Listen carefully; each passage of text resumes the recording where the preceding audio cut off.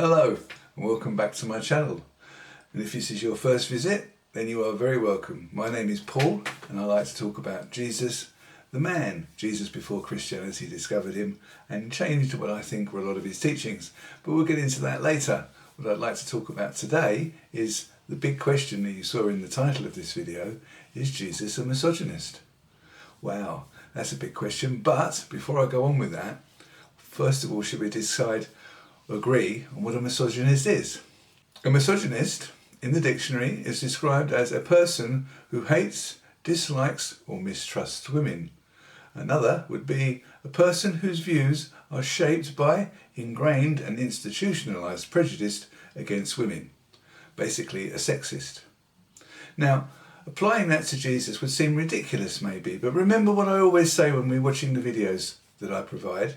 We're looking at Jesus through the lens of the times he came from, and those times were 1st century Holy Land, but living under a very strict Jewish code religion that everybody was expected to follow, also living in a country that was invaded by the Romans, so they were living under a Roman occupation.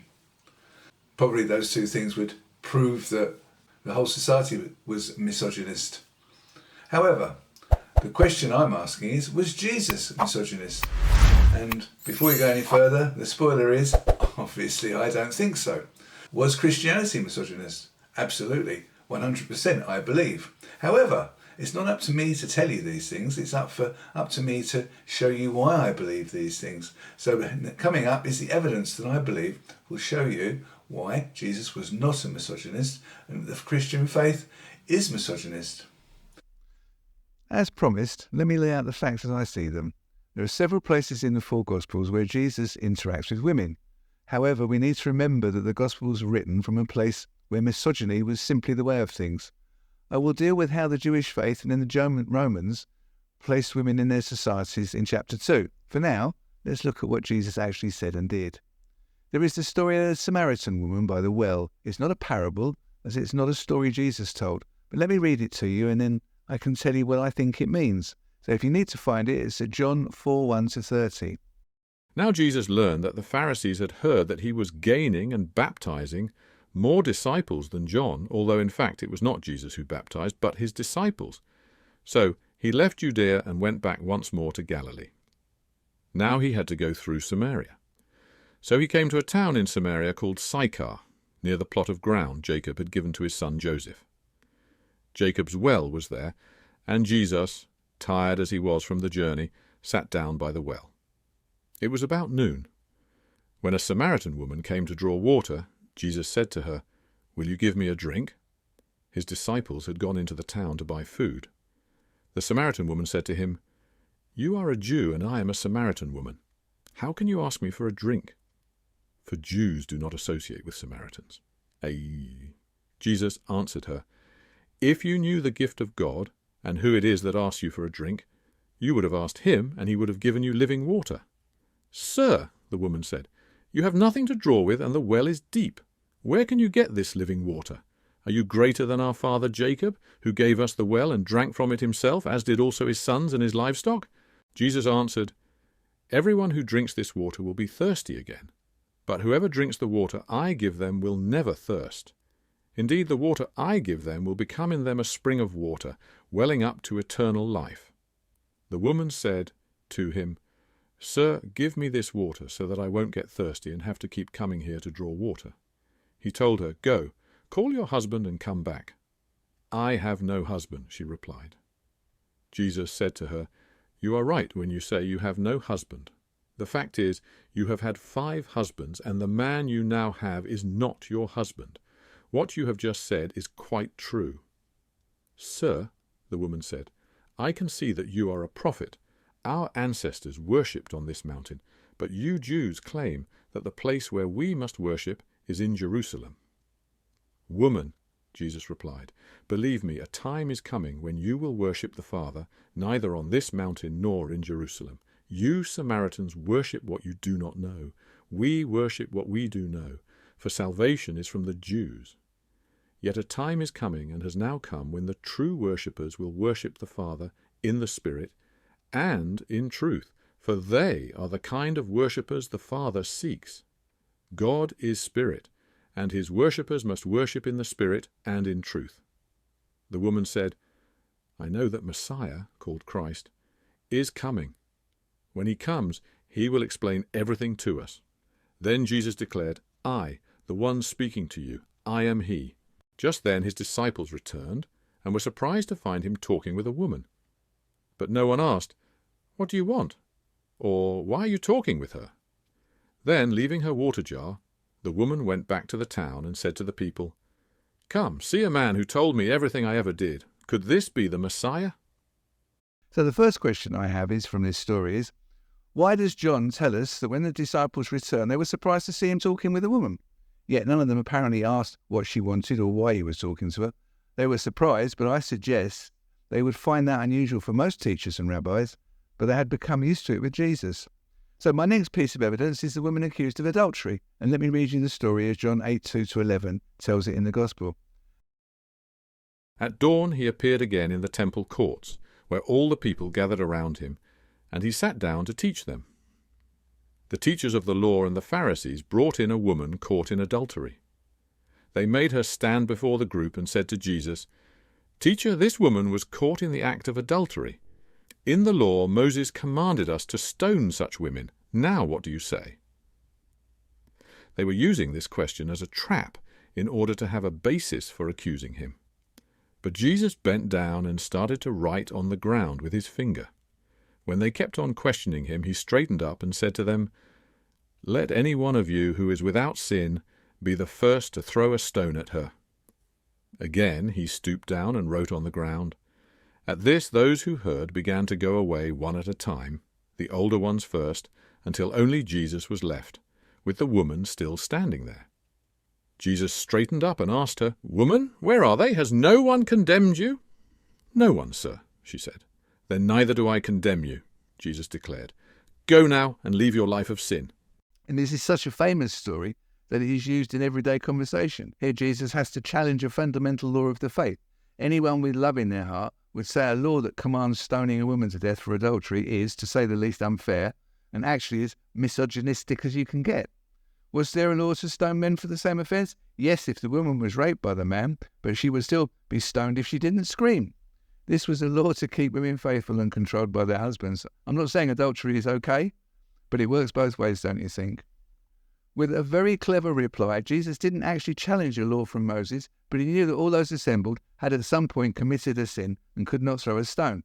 This is a definite sign to me that Jesus was all-inclusive. My next example is from the Gospels of Mark, Matthew and Luke. This story is so important that all of them covered it. So let me reading the version, Luke 8:43-48. "And a woman was there who had been subject to bleeding for 12 years. Just let me add here, so that means that she was on her period for 12 years permanently. But no one could heal her. She came up behind him and touched the edge of his cloak, and immediately her bleeding stopped. 'Who touched me?' Jesus asked. When they all denied it, Peter said, 'Master, the people are crowding and pressing against you.' But Jesus said to them, 'Someone touched me. I know that power has gone out from me.' Then the woman, seeing that she could not go unnoticed, came trembling and fell at his feet. And she was afraid, and you'll see in a minute, in the next chapter, I'll explain why she was so afraid. In the presence of all the people, she told why she had touched him and how she had been instantly healed. And then he said to her, 'Daughter, your faith has healed you. Go in peace.'" This is really serious stuff in those days, and I'll explain later.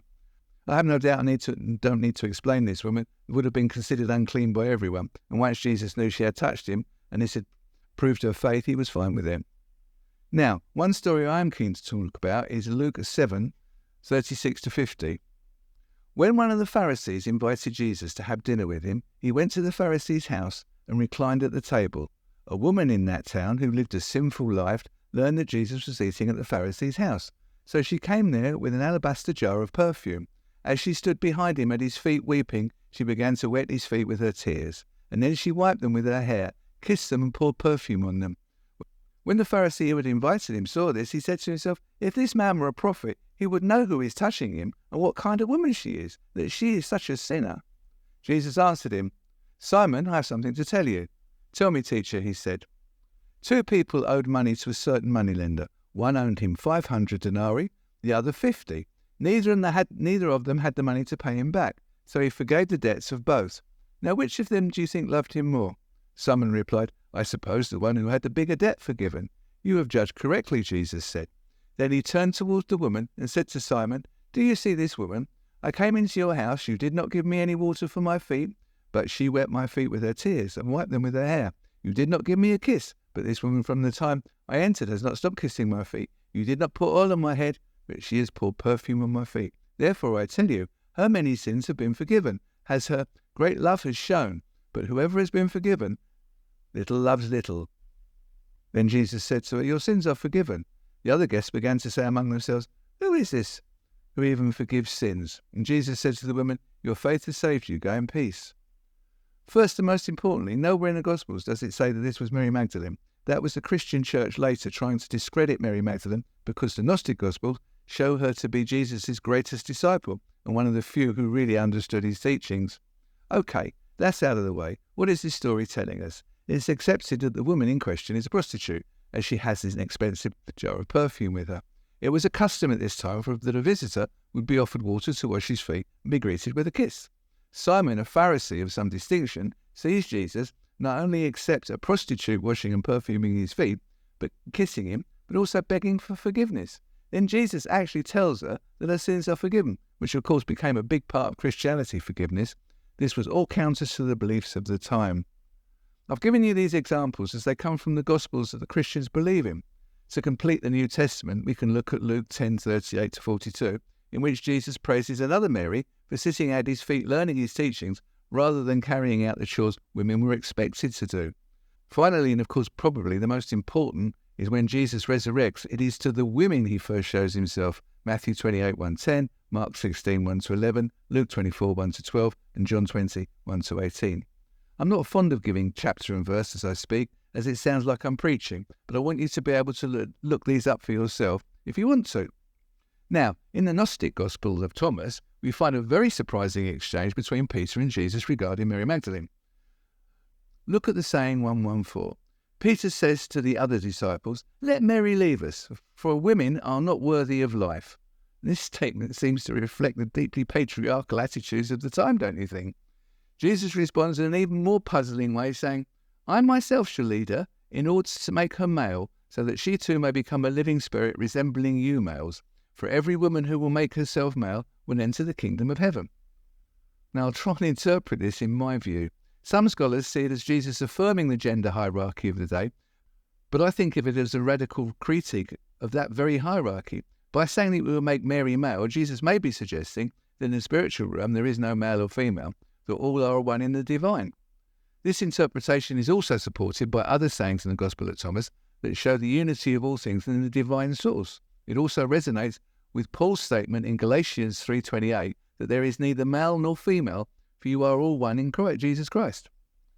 We can't know for certain what the passage from Thomas meant to the original listeners. It offers a fascinating window into the complexities and gender and spiritual authority in early Christian communities.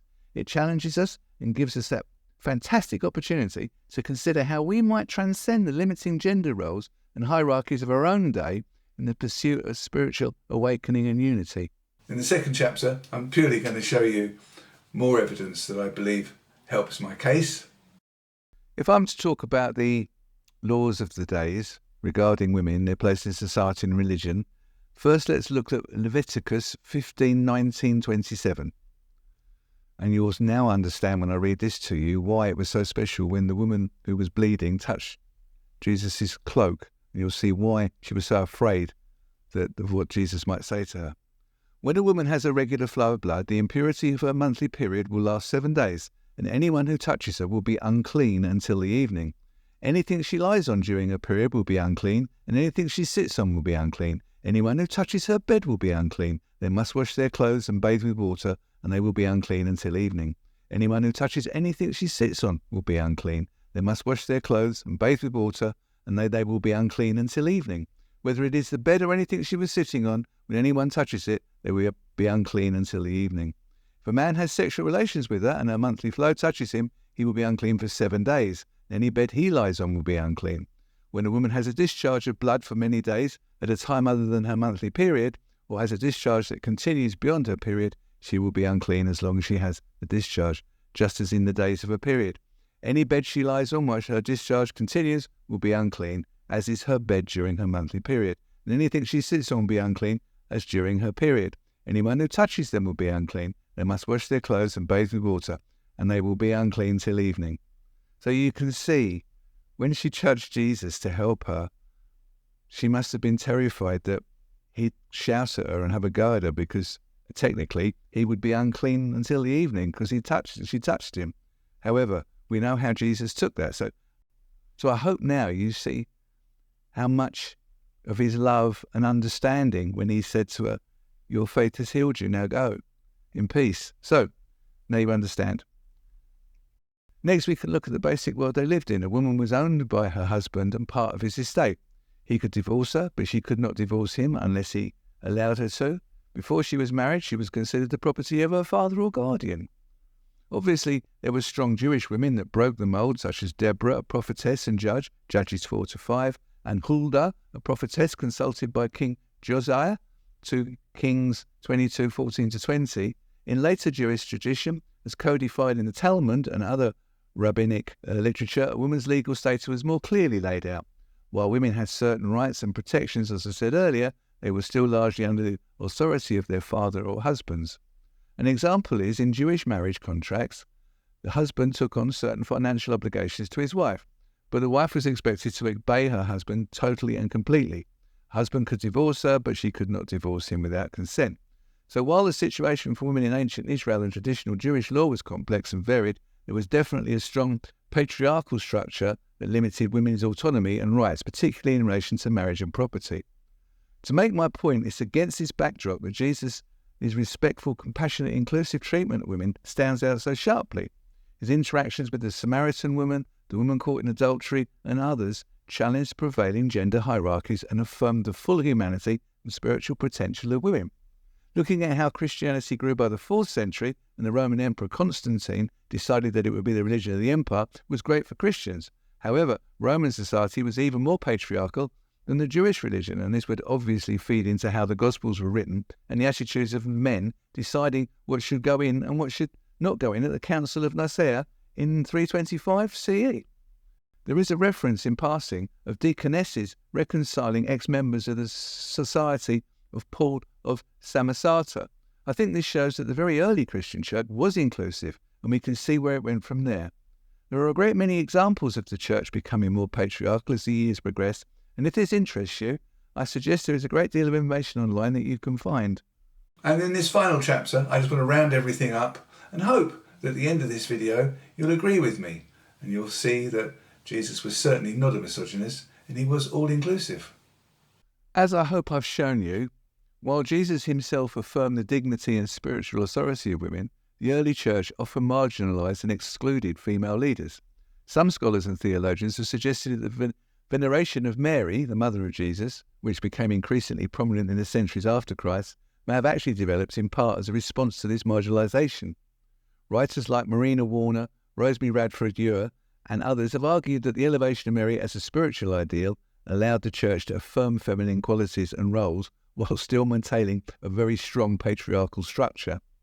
The cult of Mary, they suggest, emerged to fill a psychological and spiritual need for nurturing, compassionate maternal figure in a religious system dominated by male authority. While the complex history of a Marian devotion can't be reduced to a single factor, these insights point to a deep hunger for the divine feminine that has often been suppressed in institutional Christianity. As we reclaim the full scope of Jesus' radical inclusion of women, we may also need to re-examine how figures like Mary have been used to both empower and constrain women's spiritual experiences.